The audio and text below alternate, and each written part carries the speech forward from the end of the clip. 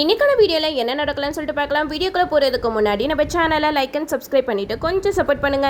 வாங்க இப்போ வீடியோக்குள்ள போலாம். எபிசோட் ரொம்பவே இன்ட்ரெஸ்டிங்கா போய்கிட்டு இருக்கு. சூரியகலா மருது கிட்ட சொல்றாங்க, எங்க பாரு மருது, அந்த கார்த்தி பையன் இங்க இருந்தானா கண்டிப்பா அவனோட என்கேஜ்மெண்ட்டை நடத்தவே விட மாட்டான். அதனால அவனை இங்க இருந்து எப்படியாவது கிளப்பணும் அப்படின்னு சொல்லிட்டு சூரியகலாவும் மருதும் ஒரு பிளானை பண்ணி அங்க அன்னதானம் நடக்கிற இடத்துல சாப்பாட்டுல விஷம் கலக்கிறதுக்கு ஏற்பாடு பண்றாங்க. சாப்பாட்டுல விஷம் கலந்தது தெரியாம நம்ம இளையராஜாவும் அங்க போயிட்டு அந்த சாப்பாடை சாப்பிட்டு மயங்கி விழுந்துடுறாங்க. இதனால நம்ம இளையராஜாவை ஹாஸ்பிட்டல்ல அட்மிட் பண்ணிட்டு கார்த்தி கிட்ட இன்ஃபார்ம் பண்ணிடுறாங்க. நம்ம கார்த்தியும் இளையராஜா கிட்ட எல்லாத்தையுமே விசாரிக்கிறாங்க. என்னாச்சு ராஜா, என்னத்தடா சாப்பிட்ட அப்படிங்கிற மாதிரி கேட்க அப்பதான் இளையராஜா எல்லாம் உண்மையை சொல்றாங்க. மாப்பிள்ள, நான் நம்ம ஆசிரமத்துல தான்ப்பா அன்னதான சாப்பாடு சாப்பிட்டேன். அதை சாப்பிட்டதுல இருந்து தான் எனக்கு மயக்கம் வந்துருச்சு. எனக்கு என்னமோ அந்த சாப்பாட்டுல யாரும் என்னமோ கலந்துருப்பாங்கன்னு தோணுது அப்படிங்கிற மாதிரி சொல்ல உடனே கார்த்தி வந்து அந்த இன்ஃபர்மேஷனை கேட்டுட்டு நான் எப்படியாவது ஆசிரமத்துக்கு போய் அங்க இருக்கிறவங்களெல்லாம் எப்படியாவது சாப்பிட விடாம தடுக்கணும்னு சொல்லிட்டு கிளம்புறாங்க. அப்ப ராஜராஜன் மயில் 2 பேரும் சொல்றாங்க, என்னப்பா மாப்பிள்ள, இந்த நேரம் பார்த்து நீ போயிட்டனா அப்புறம் மருது ரேவதிக்கு என்கேஜ்மெண்ட் நடந்து முடிஞ்சிருமே, அவங்க 2 பேருக்கும் என்கேஜ்மெண்ட் நடக்க கூடாது அப்படிங்கிற மாதிரி சொல்ல அதுக்கு கார்த்தி சொல்றாங்க, நீங்க எதுக்கு கவலைப்படாதீங்க மாமா, நான் அதுக்குள்ள எப்படியாவது வந்துடுறேன் அப்படின்னு சொல்லிட்டு அங்க இருந்து ஆசிரமம் போறாங்க. அங்க போயிட்டு அங்க இருக்கிறவங்களெல்லாம் சாப்பிட விடாம தடுத்துடுறாங்க. இது எல்லாமே அந்த மருதோட வேலையா தான் இருக்கும், அவனை வச்சுக்கிறேன் அப்படின்னு சொல்லிட்டு நம்ம கார்த்தி வந்து என்கேஜ்மெண்ட் நடக்கிற இடத்துக்கு வந்துட்டு இருக்காங்க. அப்பதான் மயில் வாகனம் ராஜராஜன் கிட்ட சொல்றாங்க, என்ன மாமா கார்த்தி சகல இன்னும் காணா, கார்த்தி மட்டும் கரெக்டான நேரத்துல வரலனா இந்த மருது பையனுக்கும் ரேவதிக்கும் என்கேஜ்மெண்ட் நடந்துருமே, நம்ம இப்ப என்ன பண்றது அப்படிங்கிற மாதிரி யோசிச்சுட்டு இருக்கேன். இந்த சைடு கார்த்திக்கு மயில் ஃபோன் பண்ணி சொல்றாங்க, எப்பா சீக்கிரம் வாப்பா, இங்க மருது ரேவதி கையில மோதிரம் போடுறதுக்கு ரெடியா இருக்கான் அப்படிங்கிற மாதிரி சொல்ல உடனே கார்த்தியும் காரை ஸ்பீடா ஓட்டிட்டு வந்துட்டு இருக்காங்க. அப்பதான் நம்ம ராஜராஜன் கிட்ட சாம்பிடிச்சுட்டு சொல்றாங்க, என்ன கார்த்தி இந்த நேரத்துல எங்க போனா, எப்படியாவது கார்த்தி முன்னாடி ரேவதி கையில மருது மோதிரம் போடுறத பார்க்கணும், நான் ரொம்ப ஆசையா இருந்தேனே, அவன் இந்த நேரத்துல இல்லாம போனது எனக்கு ரொம்பவே கஷ்டமா இருக்கு அப்படிங்கிற மாதிரி சொல்ல அதுக்கு ராஜராஜன் சொல்றாங்க, ஈஸ்வரி நீ ரொம்ப எல்லை மீறி போய்கிட்டு இருக்க, உனக்கு மனசாட்சின்ற ஒண்ணு இல்லையா, கார்த்தி மாப்பிள்ள நம்ம குடும்பத்துக்கு எவ்வளவு நல்லது பண்ணிருக்காரு, அதெல்லாம் நீ கொஞ்சமாவது யோசிச்சு பாரு, அவருக்கு போய் இவ்வளவு பெரிய துரோகத்தை பண்றதுக்கு பாக்குறீ அப்படிங்கிற மாதிரி சொல்ல அதுக்கு சாம்பிடிச்சுட்டு சொல்றாங்க, இங்க பாருங்க, நான் முடிவு பண்ணதுதான் மருதுக்கும் ரேவதிக்கும் கல்யாணம் நடக்கும், அதை யாராலையும் தடுக்க முடியாது அப்படின்னு சொல்லிட்டு இருக்கும் போது நம்ம கார்த்தி கரெக்டா வந்துடுறாங்க. அப்பதான் சாம்பிடிச்சுட்டு சொல்றாங்க, நல்ல வேலை கார்த்தி நீயே வந்துட்ட, நீ இந்த கண்கொள்ளா காட்சியை பார்க்கணும் தான் நான் ரொம்பவே ஆசைப்பட்டேன் அப்படின்னு சொல்லிட்டு ஐயர் கிட்ட சொல்றாங்க, இங்க பாருங்க ஐயரே, நல்ல நேரம் போய்கிட்டே இருக்கல, சீக்கிரமா என்கேஜ்மெண்ட்டுக்கு ஏற்பாடெல்லாம் பண்ணுங்க அப்படிங்கிற மாதிரி சொல்ல அவரும் எல்லா பத்திரிகையெல்லாம் வாசிச்சிடுறாரு.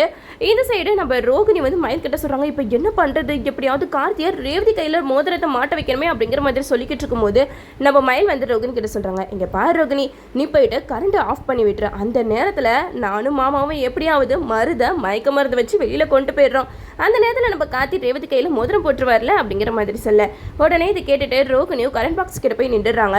கரெக்டாக அந்த மோதிர தட்டை எடுத்துகிட்டு வந்தோடனே கரண்ட்டை ஆஃப் பண்ணி விட்டுடுறாங்க. அப்போ தான் சாப்பிட்டு சொல்கிறாங்க, என்ன அடிக்கடி கரண்ட் போய்கிட்டே இருக்கு அப்படிங்கிற மாதிரி சொல்ல அதுக்கு ஐயர் சொல்கிறாங்க, ஏமா நல்ல நேரம் அதுமா இப்படி கரண்ட் போயிடுச்சு, சரி பரவாயில்ல நல்ல நேரம் போய்கிட்டு இருக்கு, இந்த நேரம் தான் சரியான நேரம், சீக்கிரம் மாப்பிள்ளையே ரேவதி கையில் மோதிரத்தை போட சொல்லுங்க அப்படின்னு சொல்லிக்கிட்டு இருக்கும்போது மருது மூக்கில் மயக்க மருந்து வச்சு கூட்டிகிட்டு போயிடுறாங்க.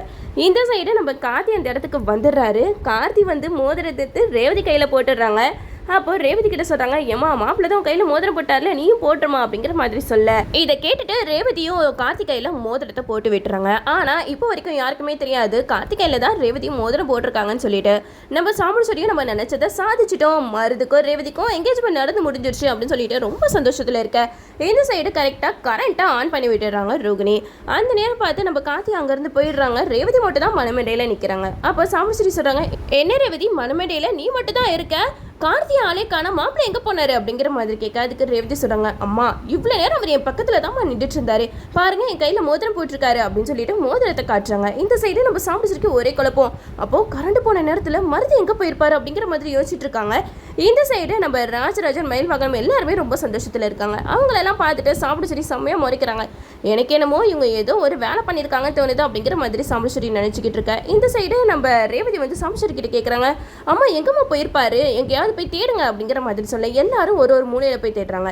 அங்க போனா ஒரு இடத்துல மருது மயக்கம் போட்டு விழுந்து கிடக்குறாங்க. சூரியகலா போயிட்டு மருது தண்ணி தெளிச்சு எழுப்புறாங்க. இந்த சைடு சாம்பிச்சரியும் மருதை எழுப்புறாங்க. மருது எந்திருக்கிற மாதிரியே தெரியல. கொஞ்ச நேரம் சென்று மயக்க தெளிஞ்சதுமே மருது சாம்பிச்சரி கிட்ட சொல்றாங்க, என்னாச்சு எனக்கு, நான் எப்படி இங்க வந்து அப்படிங்கிற மாதிரி கேட்க அதுக்கு சாம்பிச்சரி கேட்கறாங்க, என்னாச்சு மாப்பிள்ள நீங்க ரேவதி கையில மோதிரம் போட்டீங்கல்ல அப்படிங்கிற மாதிரி சொல்ல அதுக்கு மருது சொல்றாங்க, நான் எங்க மோதிரம் போட்டேன், என்னைய தான் கூட்டிட்டு வந்துட்டாங்களேங்க அப்படிங்கிற மாதிரி சொல்லும் போது நம்ம சாம்பிச்சரிக்கு தலையை சுத்திரும் போல சாம்பிச்சரி கேட்குறாங்க, என்ன மாப்பிள்ள விளையாடுறீங்களா, கரண்ட் கூட போயிடுச்சு, அந்த நேரத்தில் நீங்கள் தானே ரேவதி பக்கத்தில் இருந்தீங்க அப்படிங்கிற மாதிரி சொல்கிறாங்க. இது கேட்ட மருது செம்ம டென்ஷன் ஆகுறாங்க. அத்தை, எனக்கு இப்போ தான் தெரியுது, நான் ரேவதி பக்கத்தில் நிற்கும் போது யாரோ என் மூக்கில் எதையோ வச்சு கூட்டிகிட்டு வந்து இங்கே போட்டாங்க அப்படிங்கிற மாதிரி சொல்ல, இதை கேட்டதுமே சாம்பிடிச்சிருக்கே செம்ம கோவம் வருது. பயங்கரமாக அரண்டு போயிடுறாங்க. இந்த சைடு சூரியகலா வந்து போய் ஒழிஞ்சுக்கிறாங்க. கார்த்தி வராங்க. கார்த்தி வந்து சாம்பிடிச்சேரிக்கிட்ட சொல்கிறாங்க, என்ன அத்தை சவாலில் நான் ஜெயிச்சிட்டேனா அப்படிங்கிற மாதிரி கேட்க, இது கேட்ட சாம்பிடிச்சேரி வந்து பயங்கரமாக கோவப்பட்டு கார்த்தியை திட்டுறாங்க. என்னடா இப்போயும் ஆள் மாறாட்டம் பண்ணி என்னை ஏமாற்ற பார்க்குறியா அப்படிங்கிற மாதிரி சொல்ல, அதுக்கு நம்ம கார்த்தி சொல்கிறாங்க, ஏமாத்துறது நான் கிடையாது, நீங்கள் தான் என்னையும் ரேவதியும் ஏமாற்றிக்கிட்டு இருக்கீங்க. அதுவும் ரேவதி பழசெல்லாம் மறந்துட்டான்னு அந்த ஒரு சாக்கை வச்சு ரேவதிக்கு வேற ஒரு மாப்பிள்ளை பார்த்து கல்யாணம் பண்ணி வைக்கணும்னு நினைக்கிறீங்களே, உங்களெல்லாம் என்ன சொல்ல அப்படிங்கிற மாதிரி நம்ம கார்த்தி சாம்பிடிச்சேரியை பயங்கரமாக கேட்குறாங்க. அதுக்கு சாம்பிடிச்சேரி சொல்கிறாங்க, இங்கே பாரு, என்னாலலாம் நம்ப முடியாது, கண்டிப்பாக நீ எல்லாம் அவள் கையில் மோதிரம் போட்டிருக்க மாட்டேன் அப்படிங்கிற மாதிரி சொல்லும்போது நம்ம கார்த்தி சொல்கிறாங்க, இங்கே பாருங்க, ரேவதி என் கையில் தான் மோதிரம் போட்டிருக்கா அப்படின்னு சொல்லிட்டு அந்த என்கேஜ்மெண்ட் ரிங்கை காட்டுறாங்க.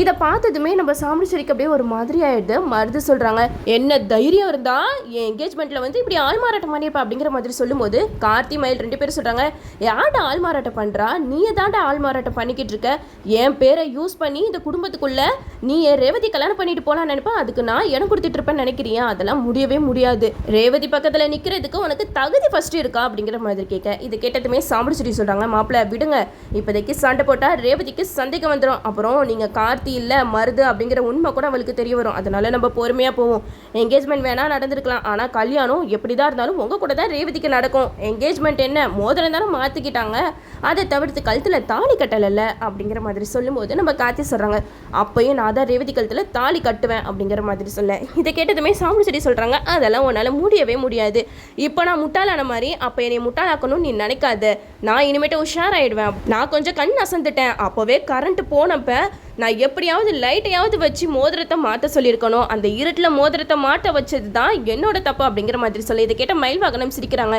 அத்தை தேவையில்லாமல் பேசிக்கிட்டு இருக்காதீங்க, நீங்கள் கார்த்தி மேலே இருக்கிற கோவத்தில் இந்த மாதிரியெல்லாம் பண்ணிக்கிட்டு இருக்கீங்க, ஆனால் நீங்கள் கவலைப்படாதீங்க, கடைசியில் மணமேடையில் ரேவதி கழுத்தில் தாலி கட்ட போகிறது நம்ம கார்த்தி மாப்பிள்ளை தான் அப்படிங்கிற மாதிரி நம்ம மயில் வாகனம் வந்து சொல்லிக்கிட்டு இருக்காங்க. எது எப்படியோ என்கேஜ்மெண்ட் வந்து கார்த்தி கூட தான் ரேவதிக்கு நடந்திருக்கு. இந்த விஷயம் தெரிஞ்சு நம்ம சாமுடிச்சேரிக்கு மண்டை பிச்சுக்கிறோம் போல அந்த அளவுக்கு கோவத்தில் இருக்காங்க. அப்போ தான் சூரியகலா சொல்கிறாங்க, அத்தை நீங்கள் எதுக்கும் கவலைப்படாதீங்க, என்கேஜ்மெண்ட் தானே நடந்து முடிஞ்சிருக்கு, கல்யாணத்தில் எப்படி இவங்கெல்லாம் ஆள் மாறாட்டம் பண்ணுறாங்கன்னு நம்மளும் பார்ப்போம், நம்ம கொஞ்சம் உஷாராக இருக்கணும், கார்த்தியை பற்றி உங்களுக்கு தெரியல, நான் தான் சொல்கிறேன்ல, என் வாழ்க்கையை வீணாக போனதுக்கு காரணமே இந்த கார்த்தி தான், என் வாழ்க்கையை சின்ன பின்னமாக்கி நீ நடுத்தருவில் நிற்க வச்சுட்டான் அப்படிங்கிற மாதிரி சொல்ல, இதை கேட்ட சாம்பிடிச்சேரி சொல்கிறாங்க, நீ எதுக்கும் கவலைப்படாத சூரியகலா, உன் அண்ணனுக்கும் என் பொண்ணு ரேவதிக்கும் தான் கல்யாணம் நடக்கும், இது நான் உனக்கு கொடுக்குற வாக்கு, எக்காரணத்தை கொண்டும் அந்த கார்த்தி என்னோட வீட்டுக்குள்ளே திரும்பி வரக்கூடாது அப்படிங்கிற மாதிரி சாம்பிடிச்சேரி வந்து சூரியகலா கிட்ட சொல்லிக்கிட்டு இருக்காங்க. சூரியகலாவுக்கு அப்படியே சம கோவமாக இருக்கு, அதை வெளிக்காட்டாமல் அப்படியே எல்லாத்தையும் கன்சோல் பண்ணிக்கிட்டு இருக்காங்க. கார்த்தி, இனிமேட்டு நான் உன்னை சும்மா விட மாட்டேன்டா, உன் ஆட்டத்தை காட்டிட்டு இருக்கியா, இனிமேட்டு பாரு எங்கள் ஆட்டம் எப்படி இருக்கும்னு சொல்லிட்டா அப்படிங்கிற மாதிரி சூரியகலா மனசில் நினச்சிக்கிட்டு இருக்காங்க. இந்த சைடு ராஜராஜன், ரோகிணி, மயில்வாகனம் எல்லாருமே ரொம்ப ஹாப்பியாக இருக்காங்க. எது எப்படியோ நம்ம கார்த்தி மாப்பிள்ளை தான் ரேவதி கையில் என்கேஜ்மெண்ட் ரிங்கை போட்டுட்டாங்க. இதுக்கப்புறம் என்ன, பாதி கல்யாணம் முடிஞ்சிருச்சு, இதுக்கப்புறம் மணமேடையில் ரேவதி கழுத்தில் தாலி கட்டினா மட்டும் போதும் அப்படிங்கிற மாதிரி சொல்லி சிரிச்சுக்கிட்டு இருக்காங்க. இதெல்லாம் பார்த்துட்டு சாம்பிடிச்சேரிக்கு செம்ம கடுப்பாகுது. இதுக்கப்புறம் கதைக்கல்லத்தை எப்படி கொண்டு போகிறாங்க சொல்லிட்டு நம்மளும் வெயிட் பண்ணி பார்ப்போம். ஓகே வீவர்ஸ், இந்த வீடியோ உங்களுக்கு பிடிச்சிருந்தா லைக் பண்ணுங்கள், மறக்காம நம்ம சேனலை சப்ஸ்கிரைப் பண்ணிடுங்க.